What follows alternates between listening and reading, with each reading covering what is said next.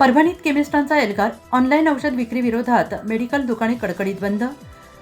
Online औषध विक्रीच्या विरोधात अखिल भारतीय केमिस्ट संघटनेने पुकारलेल्या देशव्यापी आंदोलनाला परभणी जिल्ह्यात उत्स्फूर्त प्रतिसाद मिळाला आहे. परभणी जिल्हा केमिस्ट अँड ड्रगिस्ट असोसिएशनच्या वतीने आज जिल्ह्यातील सर्व औषध विक्रेत्यांनी आपली प्रतिष्ठाने कडकडीत बंद ठेवून शासनाच्या धोरणांचा तीव्र निषेध केला आहे. या आंदोलनामुळे जिल्ह्यातील औषध बाजारपेठ पूर्णपणे ठप्प झाली होती. केमिस्ट संघटनेच्या वतीनं आज एक भव्य मोर्चा देखील काढण्यात आला. या मोर्चात जिल्ह्यातील शेकडो औषध विक्रेते आणि व्यावसायिक मोठ्या संख्येनं सहभागी झाले होते.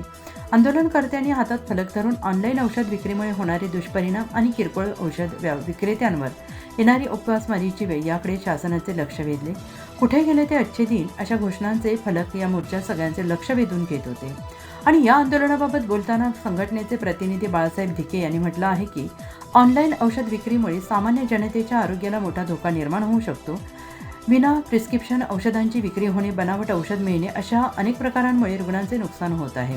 तसेच वर्षानुवर्ष प्रामाणिकपणे व्यवसाय करणाऱ्या लाखो किरकोळ औषध विक्रेत्यांच्या पोटावर यामुळे पाय येतो आहे.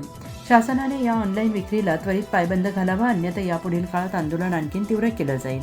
या आंदोलनाच्या पार्श्वभूमीवर परभणी शहरातील Shri medical and general store, Shri Sai medical, Shri Nivasa medical यांच्यासह सर्वच लहान मोठी औषधांची दुकाने सकाळपासून बंद होती. मेडिकल दुकानांचे शटर डाऊन असल्यामुळे औषध खरेदीसाठी आलेल्या रुग्णांच्या नातेवाईकांची काही प्रमाणात गैरसोय झाली. मात्र आपत्कालीन परिस्थितीसाठी काही ठिकाणी पर्यायी व्यवस्था करण्यात आली होती.